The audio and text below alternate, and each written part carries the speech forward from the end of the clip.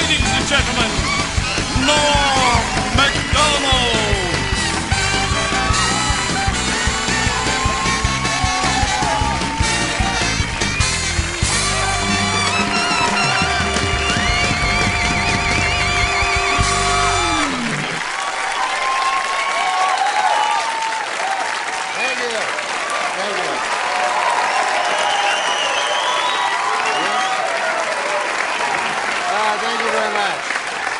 You're very kind. You know, in the, what's that? Oh, yeah, no. No, you're absolutely right. That is my name. You know, when the people here asked me to do the show, you know, I gotta say, I felt kind of weird, you know. I don't know if you remember this, but I used to actually be on this show, you know. I used to do the weekend update news routine. You remember that? And, yeah. That's where I did the make-believe news jokes, you know. That was me, right? So then, a year and a half ago, right, I had a sort of a disagreement with the management at the NBC. I wanted to keep my job, right? And they felt the exact opposite. So you see, they fired me because they said that I wasn't funny, you know? Now with most jobs, I could have had a hell of a lawsuit on my hands for that, but see, this is a comedy show. So they got me, you know what? You know what? But now, this is the weird part, right? It's only a year and a half later, and now they asked me to host the show. So I wondered, I go, hey, wait a second here. Hey! I go, how did I go in a year and a half from being not funny enough to be even allowed in the building to being so funny that I'm now hosting the show? How did I suddenly get so damn funny?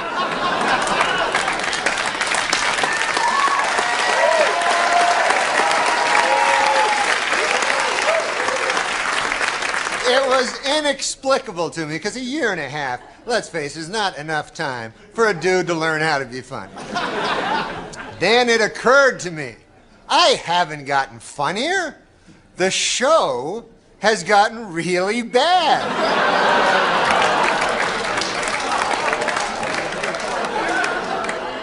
So yeah, I'm funny compared to, you know, well, you'll see later. But okay, so let's recap. The bad news is, I'm still not funny.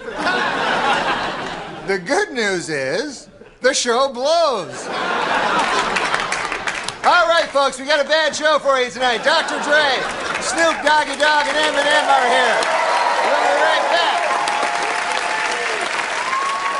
back. We all had to pitch to Lorne, and then I realized early that I would pitch all like my real ideas and I wanted to impress everybody, and I would give and then this happens, and then this is the joke, and then this is, and the big twist is this at the end. So then when it got to the table for table read in front of 40 people, no one laughed because I did the sketch in the room, and then I realized a couple months in there was the art of the fake pitch, and Kevin Nealon and Norm Macdonald, it was like a contest every week to see who could come up with the fucking weirdest fake pitch that the host believed was actually happening, and the rest of the room knew. We all knew it wasn't. Lorne knew it wasn't. That's awesome. But I remember Kevin Nealon every week would do 2 fake pitches and go, also I have this idea where you live at the top of one of those runaway truck ramps, you know, in your house all the way up there, and it's like dinner time. The truck comes flying through your house, man.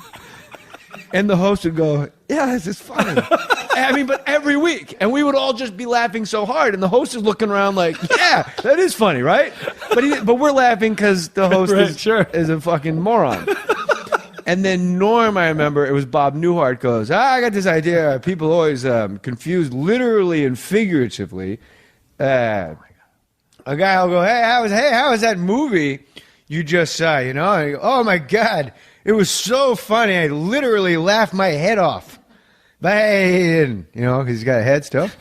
And Bob Newhart just stared at Norm like, that's the stupidest shit I ever heard. And then Norm, like a dog with a chew toy, was like, I'm not leaving this room until lock the doors like a prison movie. He's gonna break him. Like, yeah. And he goes, or you go, hey, how's your wife? Well, she literally died when she got your message. She literally dropped dead right there on the floor. She's died.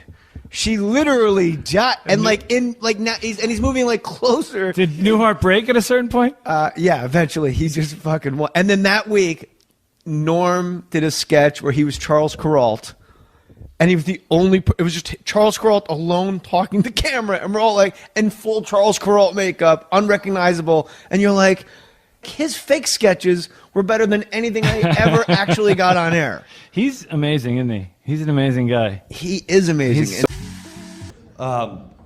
We were filming a sketch. Now, when we first got Saturday Night Live, Norm Macdonald sat us all down, the cast, and he goes, listen, I'm the update guy, okay? Now, if I want to do a sketch, I'm like the star, and I don't want it, but I'm getting it on. Don't write any of your sketches and put me in them. Don't put me in any of your gay sketches. That's what he said. He goes, but pre-prepared, if I'm doing a sketch, it's getting on. All right. 2 years later, he doesn't do any sketches. He just does the update.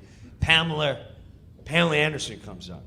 Now, whenever a beautiful woman would come on, Chris Kattan would always write a sketch where he gets to make out with the girl.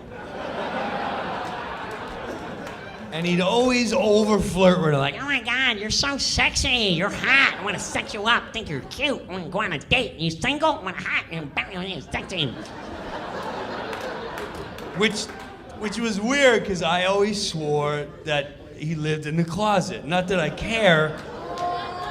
No, I'm just saying, I always, you're like, well, you sure?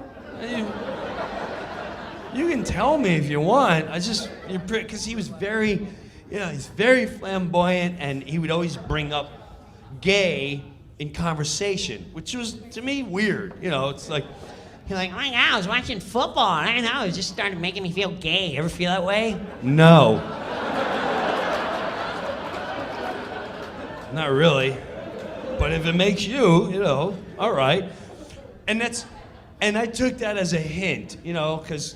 like a pot smoker will hang out with a group, and they'll go, and there's always one that drops the little hint to test the crowd. Like, yeah, so if we go out tonight, it'd be weird. I don't really smoke pot, but, maybe tonight if someone's got nothing. But I would never do that, because it's weird, it's drugs and stuff. But you automatically know, like, oh, okay, he's looking for, I'll talk to you when no one's around. So I didn't know if Kattan was that guy. I'm like, oh my God, because he'd say it a lot. He'd be like, oh my God, I was on an airplane, and I don't know, I just felt gay. Not me, but, whatever, knock it out. So, Pamela Anderson, she's on the show, and she goes on, and we're getting ready to do a sketch. Now, when we read a sketch, we try it out on Wednesday. Wednesday, you want to read it, sell it, and try to get it to be picked up to work on for the week. Now, Norm Macdonald is playing the guy from the Twilight Zone. I don't remember his name, but the sketch is like, imagine, if you will, another place and time. Welcome to the Twilight Zone. So, but Norm, this is how he reads the sketch. He goes, hey, imagine, if you will, another place and time. Twilight Zone, yeah, pig faces. Well, they picked the sketch up, and they put me, Kattan, and Sherry O'Terry in the sketch, okay? Now, it's Saturday. The day of the show. We go on the floor, and if Kattan wasn't starring in a sketch, he'd start nitpicking at other cast members. And he started busting on Norm. He's like, oh my God, Norm, Jesus, you don't even sound like the guy. You're not gonna get this. It's not gonna get picked up. Why are you acting that way? I mean, sound like the guy. Pamela, you're so hot. You're so sexy. Tommy Lee, I'm bigger than Tommy Lee. Me and you can hang out with fuck face. I mean, God, Norm, you're awful. Sound like him. And the whole time I'm looking at Nora like, you're not gonna do anything? I've seen you be so rude. You're not gonna say something to Catan? You're gonna let him pick on you? And he's just looking at her like, yeah. Nothing happens. Now's the dress show. On Saturday Night Live, there's a live show and there's a dress show. The dress show, they film the whole show. God forbid something happens, they have a show in the can. But also, they do a lot of sketches because you're trying to get on. Sketches are gonna get cut, and then you only see the live version. So we're working our ass off for the dress show. Packed crowd, ready to go.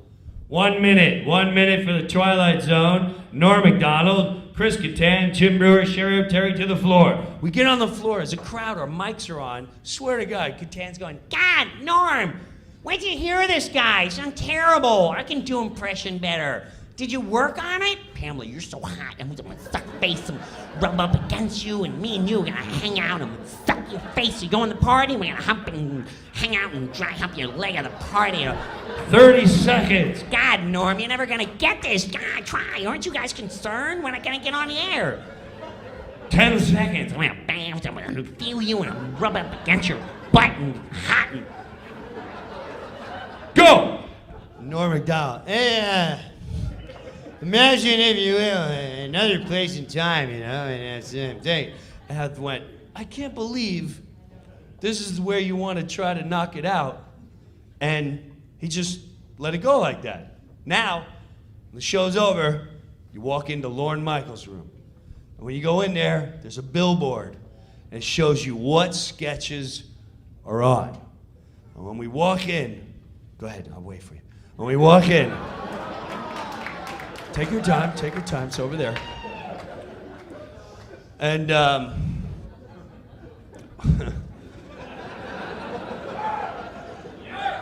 when we first walk in, it says the Twilight Zone sketch. I'm like, wow, how did that make it?